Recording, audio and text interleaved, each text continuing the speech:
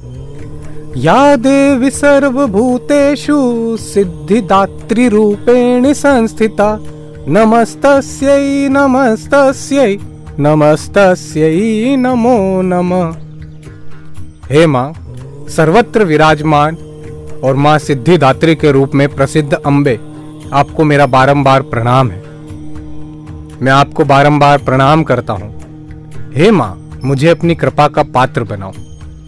नमस्कार। आज महानवमी, नवरात्रि का 9वां दिन, जो कि सिद्धिदात्री माँ दुर्गा की 9वीं शक्ति के रूप में मनाया जाता है। माँ दुर्गा की 9वीं शक्ति का नाम सिद्धिदात्री है। ये सभी प्रकार की सिद्धियों को देने वाली माता है।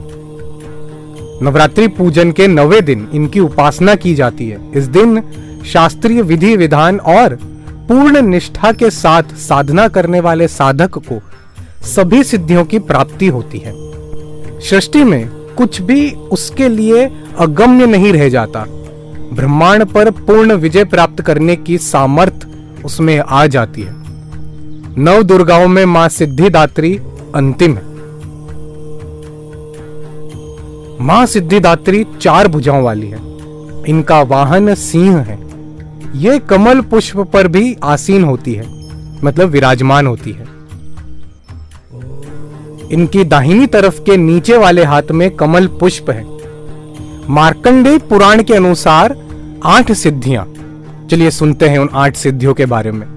अणिमा, महिमा, गरिमा, लघिमा, प्राप्ति, प्राकाम्य, ईशत्व और वशित्व। ब्रह्मवैवर्त पुराण के श्री कृष्ण जन्म खंड में यह संख्या 18 बताई गई है। उनके नाम इस प्रकार है: अणिमा, लघिमा, प्राप्ति, प्राकाम्य, महिमा, ईशत्व, वाशित्व, सर्व कामना वसायिता, सर्वगत्व, दूर श्रवण, परकाय प्रवेशन, वाक सिद्धि, कल्प वृक्षत्व, सृष्टि, संहार कर्ण सामर्थ्य, अमरत्व, सर्व न्यायकत्व, भावना सिद्धि। मां सिद्धिदात्री भक्तों और साधकों को ये सभी सिद्धियां प्रदान करने में समर्थ है। देवी पुराण के अनुसार भगवान शिव ने इनकी कृपा से ही इन सिद्धियों को प्राप्त किया था। इनकी अनुकंपा से ही भगवान शिव का आधा शरीर देवी का हुआ था।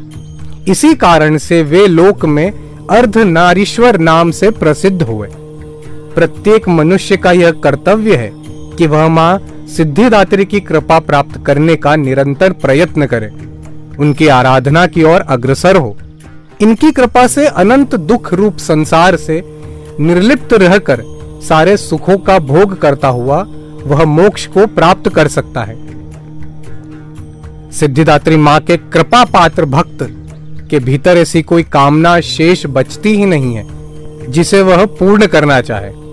वह सभी सांसारिक इच्छाओं, आवश्यकताओं और स्पृहाओं से ऊपर उठकर मानसिक रूप से मां भगवती के दिव्य लोकों में विचरण करता हुआ, उनके कृपा रस पीयूष का निरंतर पान करता हुआ विषय भोग शून्य हो जाता है।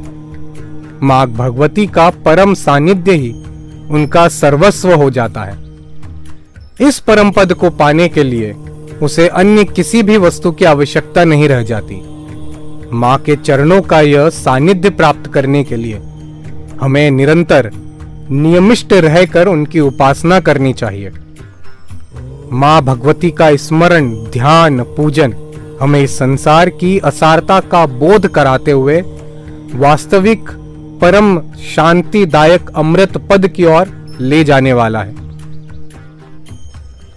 आज के युग में इतना कठिन तप जो कोई भी करता है वह मां की कृपा का पात्र बनता ही है।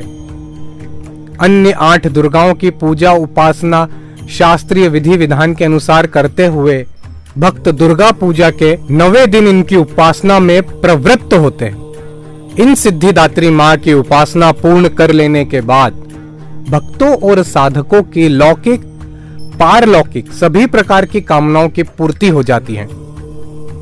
नवमी के दिन मां सिद्धिदात्री की पूजा की जाती है। इस देवी के स्वरूप को केतु ग्रह की स्वामिनी माना गया है।